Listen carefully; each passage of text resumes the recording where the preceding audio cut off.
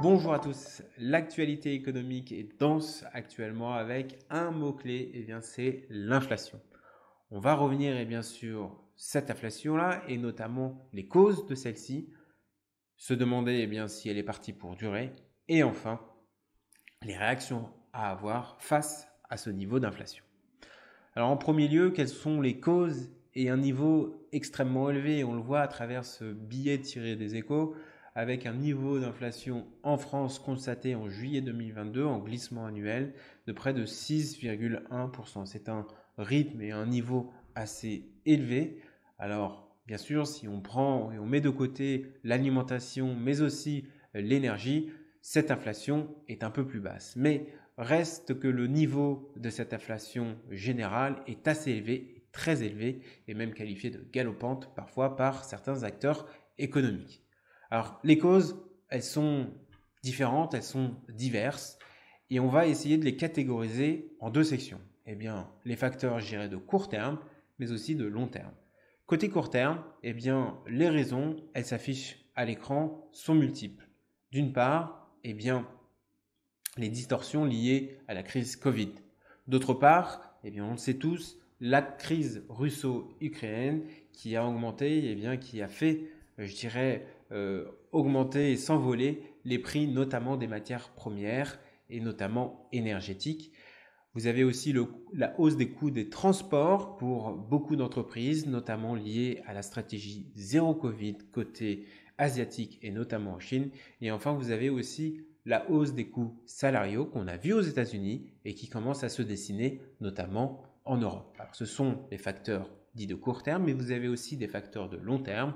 Le premier d'entre eux, c'est l'indépendance énergétique, ou en tout cas ce besoin, cette volonté des pouvoirs politiques en Europe d'avoir cette indépendance énergétique qui se fera au prix justement plus haut, plus supérieur par rapport à ce qu'ils ont été il y a encore quelques mois ou quelques années. Pareil avec la relocalisation de certaines industries qui entraînera de facto l'augmentation de certains prix.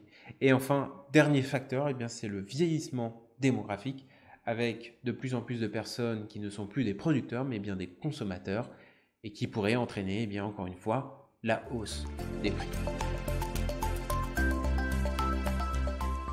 Alors on va se poser maintenant la question si cette inflation-là est partie pour durer, va-t-elle perdurer? On est plutôt optimiste puisque quand on regarde les projections de la Banque de France, notamment sur les niveaux d'inflation, on voit qu'elle est attendue à la baisse. Alors pas sur les prochains mois, mais bien sur un horizon un peu plus long, avec, vous le voyez, des niveaux d'inflation qui devraient retomber autour des 2%, qui, je le rappelle, est la cible de la Banque centrale, notamment européenne, en termes d'inflation. Voilà, c'est un niveau, je dirais, stable et viable. On voit qu'il y a encore entre 6 et 18 mois où on devrait avoir une inflation assez élevée. Et encore une fois, vous voyez la différence entre l'inflation, je dirais, générale, mais aussi l'inflation en excluant la partie alimentation et la partie énergie qui est un peu plus basse. Donc voilà, l'idée ici, c'est de retenir que ces niveaux d'inflation resteront élevés pour quelques mois encore, mais on devrait arriver vers une normalisation de ces taux d'inflation d'ici 2024. Donc une bonne nouvelle à garder en tête.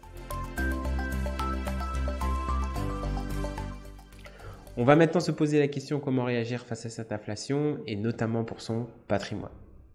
Une chose est sûre, malheureusement, les rendements des placements garantis ou encore des livrets réglementés tels que le livret A, 2% actuellement, ne seront pas suffisants pour contrer des niveaux de l'inflation beaucoup plus hauts, beaucoup plus élevés. Il va falloir se tourner, notamment et entre autres, vers les marchés financiers. Ici, on peut voir les rendements ajustés de l'inflation des marchés financiers américains sur le long terme.